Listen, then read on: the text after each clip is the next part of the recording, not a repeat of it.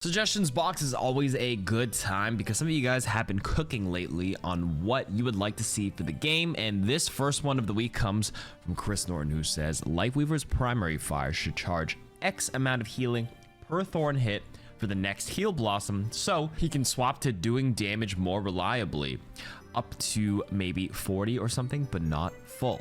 I don't hate this idea. I had a Lifeweaver idea a couple of weeks ago that I thought was kind of cooking, but this one's not bad too, to sort of reward you hitting somebody, but like if you don't hit somebody, that's okay. You can still flip back to heal at full charge. I don't hate it. You can probably tweak the numbers a little bit, but you know, what about a thorn hitting a shield? Probably not, right? So if you do hit somebody in the body, you get rewarded with a little bit of passive heal charge. It's an okay idea. I don't mind it, so I'll give it a pass. Suggestion, I think they should change the tank passive to be a 50% damage reduction to all debuffs and CC, including the DPS passive. Once they do that, they can nerf their health pools, survivability cooldowns, and or damage depending on the hero. This will make sure they aren't oppressive, allow there to still be windows of vulnerability, and improve the consistency of the roll so it feels less boom or bust. So this is an idea of a tank roll passive that I had a while ago as well, along with many people in the community. It's called Tenacity in League of Legends, where, you know, like the whole idea is that CC is reduced if you build Tenacity. So tanks would have this additional passive. If they do this, they would have to remove some of the other tank passives they added recently, such as, you know, headshot damage reduction by 25%, knockback resistance, armor being better. So if they do add this, yes, I agree. They can nerf health pools and some of the other abilities, and maybe that could solve some of the issues in the consistency of the roll, the boom or bust. Agreed. But are there other tank pain points that players are complaining about? One of them that I can think of is just being countered, and that's not always necessarily CC, right? That could be things like Pharah or Flyers that are, you know, countering the tank you're playing, and then you feel like you have to swap to Diva to help mitigate some of the Pharah. But I think the pickable passives coming up, hopefully in the quick play hack, is a better solution to influence game by game decisions, because, you know, while Pharah isn't necessarily CC besides the knockback, it's just spam damage. A pickable passive to kind of reduce splash damage or something could be better for that game environment, and, you know, not as relevant in the next game. But like a global passive for tanks has been criticized. Well, you know, roll passives themselves across all roles have been criticized lately because they kind of just like do a band-aid fix for the overall stuff, but don't adjust for match by match matchups. And I do think pickable passives is a better option. But this one, as a standalone, seems like a temporary thing that they could do and try out and experiment. Maybe I'm wrong and it could be really good, but on paper, it just sounds like, you know, quickly just like tackling the symptom, but not the, and band-aiding the symptom, but not the like root problem itself. Suggestion, I think Lifeweaver has a good kit, but his pedal is pretty much useless outside of using it to run away. Most of the time people step on it and immediately dismount. So to fix the pedal, I think if you stand on it, it should provide a small amount of healing like Soldier's Health Pad, just less healing or a slight damage boost like Mercy, but not as much. So it helps give good position and better damage. That way DPS would want to use his pedal. I'm not on board with this suggestion. I think Lifeweaver's pedal platform could use a little bit more work in terms of like maybe a delay onset so people don't accidentally step and dismount on it. I think it has really good use cases to run away and escape and to reposition. That part's awesome, but yes, you're not wrong on the part where people accidentally step on it and immediately dismount. So I think a better suggestion would actually to allow Lifeweaver to activate it manually and then stop it wherever he wants. There's a max distance. If people step on it and you press activate, it'll go all the way to the top unless you otherwise stop it in the middle, and that's it. Another suggestion on top of that is to add like a half a second delay before it automatically activates, so people who quickly like touch the corner of it and then leave it don't accidentally bring it up by accident. So half a second delay before it automatically triggers, where Lifeweaver is able to manually stop it, or Lifeweaver can activate it at any time to lift it up. And yeah, but this one, not on board with. They should add earnable weapon skins for every playlist corresponding to what color the card is. So Sapphire skins for quick play, Ruby for competitive, and move Jade to arcade. And this would give incentives to play every mode instead of just grinding ranked. I think that's a really cool idea and I like it. I think, you know, giving people rewards for other cards is an awesome way to incentivize them to play it. But weapon skins, You know, they're kind of grandfathered into the idea of certain weapon skins and colors like that for competitive, and then they want to sell the other ones like hard light and like mythic weapons and stuff. So as cool as this idea sounds, money. They're gonna lose money, so they probably won't do it. Would be cool, but money. Suggestion: I thought of something today. To stop counter swapping, you can only swap when you have your ultimate. So you use your ultimate to swap, or you can't. No, that's a no for me. I think reverting ultimate charge, going back to 0% for swapping is fine. That's how it was before. Overwatch experimented with what? Letting players retain what, 30%, 33% ult charge after swapping. It got nerfed to 25, 20, now it's at 15%. Just cut it back to 0 and move on from that idea. I think on paper, in a perfect world, the Overwatch vision and identity was that people do swap. And counter swapping is okay. It's part of the game. It's one of the reasons why you don't lock in a hero before you go into a match like Apex or Valorant or Rainbow or other sort of FPSs. That's what sets Overwatch apart. But I think as time has gone on, you kind of realize that there's a lot of casual gamers out there who don't have a very flexible pool, and they just like playing the heroes they like to play. And that's okay. We can't police people on how they should play the game. You play the game how you want it to, and what makes the most fun. What's the most fun for you? So people who are like a Mercy one trick, you love them or you hate them, but like they like Mercy and they're going to play Mercy, and they probably won't swap, or, you know, Wrecking Ball or whatever, or Doomfist players or Genji players. So as much as like counter swapping is encouraged by Overwatch, at least initially, which is why they kept the retention, most people don't do it. They just play their heroes, and it just kind of people can pick counters and make it annoying and blah blah blah blah blah. So now,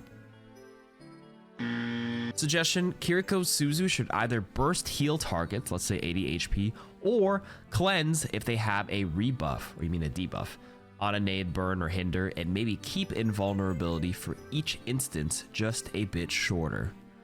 So a one or the other nerf, right, for Suzu?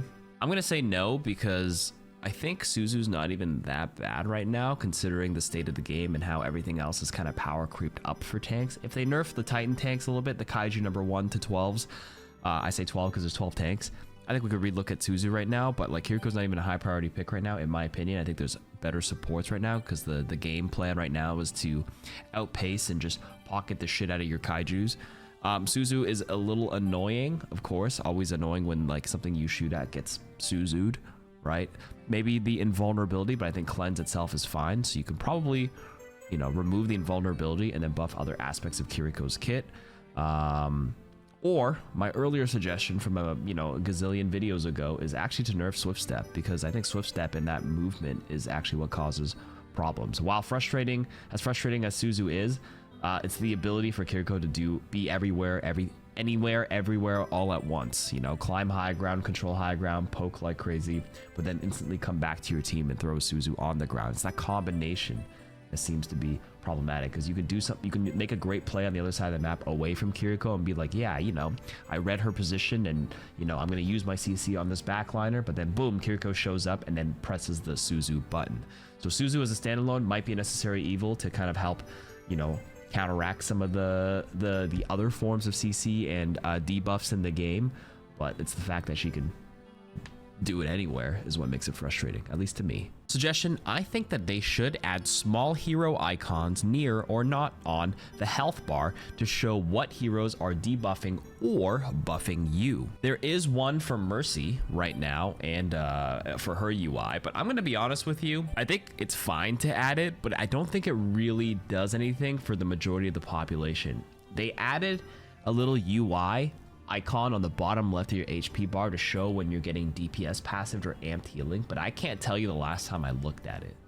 There's a lot of shit going on an Overwatch screen that this is just extra clutter that I don't think is necessary. Maybe some like crackhead WoW players are used to seeing gazillion buffs and debuffs on their screen and they can make use of it, but at least for me, or in the majority of the casual player base, I assume it won't do anything, but I think having an option to toggle it on doesn't hurt anybody, so why not? Sure. Suggestion: based on the content creator patch, I'd say Scatter Arrow can replace Storm Arrow, but with one minor tweak. make the arrow have to bounce twice before it scatters. This ensures tanks can't be obliterated using the ground bounce shot, while also making it so that tanks with their higher health pools can actually act as counters to the damage by imposing themselves into the LOS before the second bounce happens. Then the ability becomes what it was meant to be, a small room clearance mechanic, rather than punishing amounts of burst, and also gets rid of Storm Arrow, which is and always has been boring AF. I'm gonna say no mega lol for this suggestion, and I sort of have some parts of it which I agree, but the overwhelming majority of the statement is a no for me, because while bouncing twice, it's still adding sometimes a little predictability, but it's literally impossible to, like, depending on how fast the projectile is. If we're assuming the same speed of it, how the hell are you gonna react to the second bounce when it goes? It's already off your screen. Like, you turn around, it's already bounced twice. How can you reactively move over there and body block it as a tank reliably to absorb some of the arrows? And it still doesn't get rid of the RNG element. A random stray arrow can still fly around the map and dink somebody, and that's not fun for the receiving end. Maybe a little fun for the Hanzo players, because they're kind of gambling on some arrows. If they're, like, you know, have a gambling itch, it can be kind of fun for that to happen, but, like, it's just not going to be great for anybody else. The only part I agree with this is that Storm Arrow is a little bit of a boring ability. True. But the rest of it, no. Suggestion: when you buy a reskin from the shop, it should unlock all the prior reskins or originals. Yeah, sure. But, like, they're never gonna do it because money. We need more ways to check how long is left in the season. I got level 200 in the battle pass within like 3 weeks to spare, and since I did it, it doesn't actually tell me how much longer is left in the season. The only way I knew it was the last week of the season was when I checked the competitive menu. I agree. I think there should be a small little countdown at the bottom of competitive. They used to have that in Overwatch 1 where it's like 53 days left, but I don't know why they removed it. Maybe they forgot to re-add it when they switched engines. Or maybe B, there was probably somebody at Blizzard who was like a psychologist and studied like gamer psychology and like having a countdown, does this and does that and does this to retention, does that to retention. A lot of big data analysts these days, and you know, that's what corporations have become: retention, and they crack algorithms and stuff. This is not even just like, you know, Blizzard and like this is everywhere, even YouTube. Always people crunching numbers and analyzing stuff. So maybe it's that, maybe they just forgot, who knows, but sure, why not, you know. Next suggestion, this might be a low elo suggestion, but an optional or toggleable mini map that shows nearby allies would help a lot. I'm a tank main, and since most of my teammates are out of VC, it makes it hard to know when I can push up, if my DPS are falling up, or if I am in LOS of my supports. I know adding visual clutter isn't good, but that's why I think it could be optional. Thing is, if it's an optional thing, then the answer is to always keep it on, because it's no longer an optional thing. Like, it is the better choice to always keep it on. But B, like, I think with design philosophy, I think you either commit to it or not commit to it at all. The game never needed one to begin with, in my opinion, and I think it's part of the skill expression of tanks and your other roles to kind of like read the map, read the situation, and kind of anticipate where you think your teammates will be. Wouldn't say it's necessarily a low elo suggestion. Your suggestion is, it can be and has been echoed before across all elos, especially early in Overwatch 1, but there's not really much rumbling or noise to it because, again, I don't think it's really necessary. I think, again, it's part of the skill expression of the game to be able to like read all 9 or 10 positions in the map, like a chessboard, for example, all your teammates, all the enemies' positions, if possible. Part of the fun in me. It's part of the fun, in my opinion. A more interesting way to balance Sleep Dart on tanks would be to make it so it takes a second or half a second to kick in rather than nerfing the total sleep duration. So like a tank would get darted and get something like 50% slow effect for a second until they fall over and sleep. This would afford tanks a little bit of wiggle room for counterplay, since they would have a chance to reposition before getting melted. And in what world are trank darts instant anyways? Okay, the last part, obviously the game doesn't really account for real life, you know, physics and stuff. Why is Lucio able to throw a beat in the middle of like being fluxed into the air as a Sigma while other heroes can't do it? So like, let's remove that part out of the equation. And the first part with Sleep Dart, I think the idea could be okay for a future ability, but I feel like Sleep Dart is an interesting enough ability where it's a skill shot, it's a pretty long cooldown, And the onus is on the player to shoot it, and the onus on the team to not wake them up or to coordinate for burst damage. I think it has enough risk and reward that it's not too bad, and Sleep Dart's duration has been nerfed enough. And I didn't feel like they needed to. I'm going to be honest. I may be biased as a support player, but if you do get slept in obviously a bad position, yes, you can get melted because there's no team follow-up. But if you get slept across the map, especially as a tank, there's a high chance that you just get accidentally woken up anyways and you kind of move on. I feel like it's been in the game long enough that it's all right, and there's enough variables around it on the Ana side and on the opposing side to kind of play around it as best as possible. Okay, actual last suggestion of the video, going off the pickable passives they plan to release in the new quick play hacked event. If that doesn't end up making the cut, I think that each hero should have their own specific passive that minorly enhances their kits and flows with their gameplay.